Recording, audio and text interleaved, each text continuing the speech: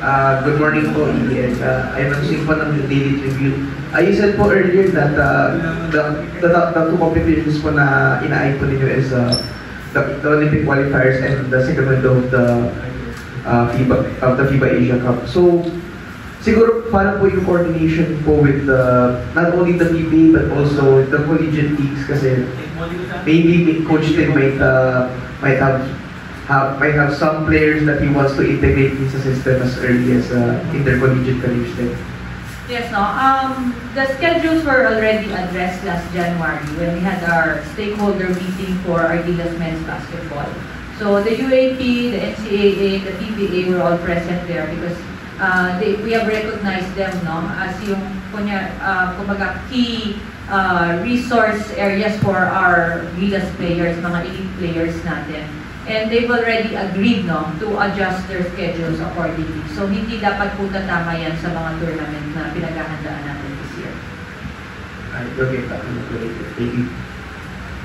Okay, question? Okay, habang nag-iisip pa kayo. Ma'am, this has been the complaints of or rants ng mga coaches, no, na sobrang ikli, 3 weeks preparation, 1 month lang. Ano po ang timeline ng pagbuo ng ating Gilas going to November qualifying?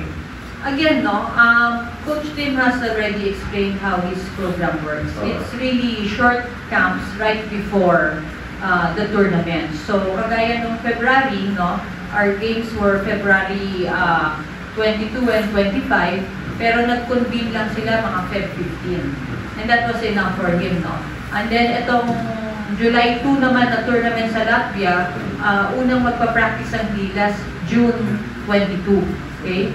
It's going to be the same in November 21 ang game, mga November 15 pa lang bubuin yung team, no?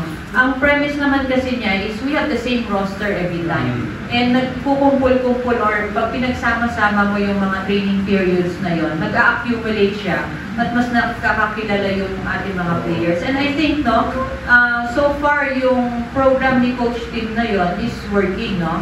Kasi one, he was able to secure really the best talent that we have. And binira ho mangyari yan. In the past, hirap na hirap tayo na talagang yung best players natin nasa isang team natin, no?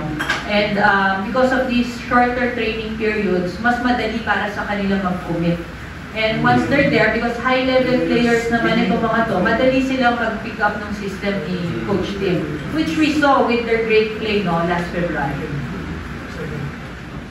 Heading din po nasa Australia. So, possible po ba for Gilas to expand yung pool?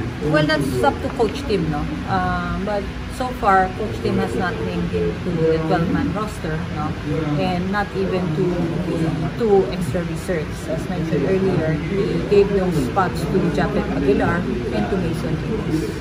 Pero yung nalatag niyo po kanina yung scheduling for preparations for each competition, possible din po ba na yung for OQT baga mas habaan since mabigat nga po yung stakes nung si Coach Tim ang nag-set ng schedule na yan. Siya yung coach.